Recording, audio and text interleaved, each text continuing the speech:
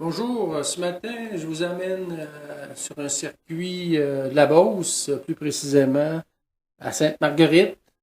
L'adresse, c'est sur la route 216, c'est le 188, route 216 à Sainte-Marguerite. Donc, c'est une maison qui a été très, très bien entretenue et particulièrement bien construite parce que le propriétaire, c'était son métier de fabriquer, de construire des maisons. Donc, dans son cas, c'est un cordonnier très bien chaussé.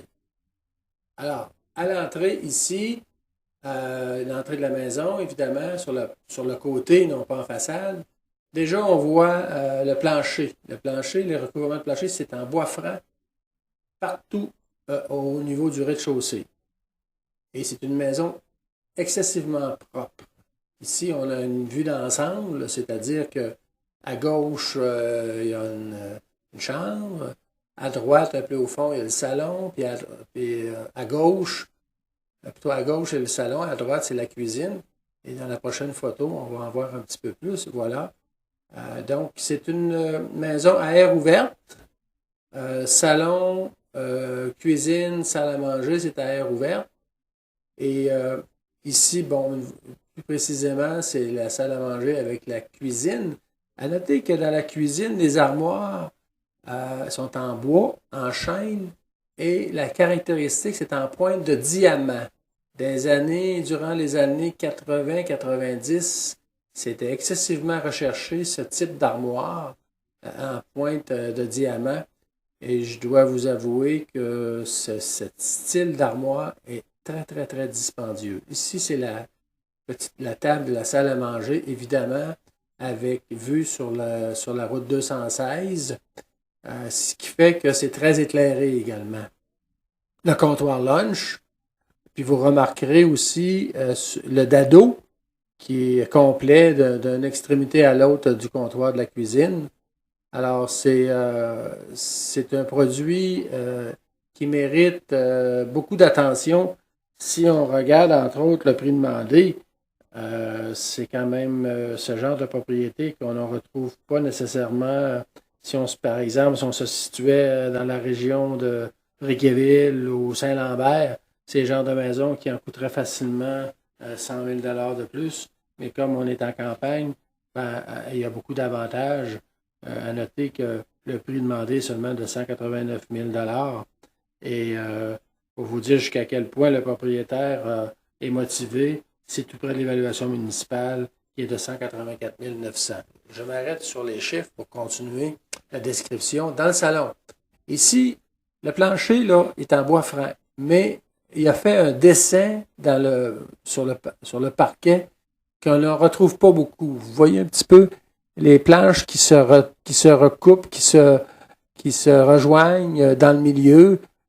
C'est un travail de moine, si je peux m'exprimer ainsi. Ça prend beaucoup d'habileté pour réussir à faire un tel plancher. J'en ai pas vu souvent. Je pense que c'est la deuxième que je vois depuis longtemps. C'est remarquable lorsqu'on voit dans cette maison-là le souci du détail qui a été accordé au plancher. D'ailleurs, monsieur était un contracteur de maison, mais aussi avait beaucoup de talent en tant qu'ébéniste. À ce moment-là, à ce moment-ci, on pénètre dans la chambre principale. Encore une fois, les planchers sont toujours en bois franc. C'est pas de la plancher, je dirais, flottant.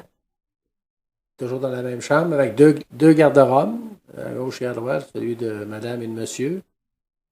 Vous avez remarqué également qu'il y avait des moulures au plafond, ce qui fait qu'il lui donne un peu plus de chaleur à la maison, du moins à la chambre.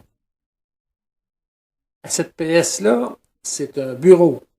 Ça pourrait être une chambre, mais c'est beaucoup trop petit, donc ils ont fait un bureau attenant au bureau, un porte-patio qui donne sur le patio extérieur, qu'on va voir un peu plus tard. Ici, on se retrouve dans la salle de bain, toujours au rez-de-chaussée, qui est très propre, qui a été bien fait également. Salle de bain incluant laveuse-sécheuse. Deuxième chambre, cette fois-ci, c'est la parqueterie. C'est en bois. Là aussi, les planchers ne sont pas du tout détériorés. Et bon, en haut, il y a 2 chambres. En bas, il y en a au moins 2 autres. Ici, c'est l'entrée, c'est ce qu'on appelait l'entrée de cave, si je peux m'exprimer ainsi, où on va directement à l'extérieur. Mais tout à l'heure, je vous expliquerai la, ce qu'il a fait, le propriétaire, pour faciliter l'accès au garage et à l'abri d'auto. Vous voyez également qu'il y a l'aspirateur central, à droite. Une salle de bain aussi en bas, celle-ci. Ça, c'est la salle familiale qui est grande. Encore une fois, la reproduction du plancher en haut se retrouve au sous-sol. Et c'est très, très rare de voir des planchers en bois franc dans un sous-sol. J'en ai pas vu souvent, mais vraiment pas. Mais ici, voilà le plancher, entre autres. Il y a un poêle à combustion lente. Il y a déjà eu un foyer qui est inopérant. Il y a beaucoup de rangements également. Il y a beaucoup de bois. Ici, bon, ben, c'est la salle familiale avec les meubles. Au fond complètement, c'est un autre petit bureau là, que les propriétaires ont aménagé. Là, ce que je vous parlais ici tout à l'heure, face au bureau, c'est le patio arrière. Comme vous voyez, il n'y a aucun voisin en arrière et il n'y en aura jamais. Donc, c'est un plus, si je peux m'exprimer ainsi.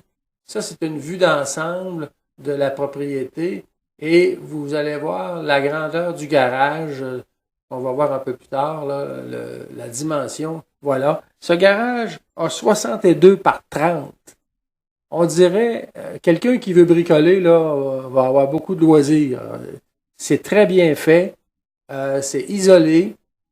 Ça pourrait être occupé pour un commerce, pour je sais pas moi, peut-être la mécanique ou poursuivre le travail d'ébénisterie ou de construction que monsieur, qui a été la carrière de monsieur. Ici, pour vous montrer jusqu'à quel point il est minutieux, il a fait un grand abri d'auto. Au bout de l'abri d'auto, il a fait l'immense garage dont je viens de vous parler, 62 par 30. Puis à droite, il a fait aussi un autre, c'est l'entrée pour aller à la maison par le sous-sol. Ce qui fait qu'il m'expliquait que l'hiver, ou s'il pleut, il sort par cette porte-là et c'est pas froid et ça facilite l'accessibilité au garage. Voilà. C'est un garage, évidemment, avec beaucoup d'équipements. Monsieur avait tout ce qu'il lui fallait pour exécuter ses travaux. Donc, on voit un peu la grandeur du garage. C'est incroyable, là. Pour quelqu'un qui cherche un garage, là, c'est l'idéal, à mon avis.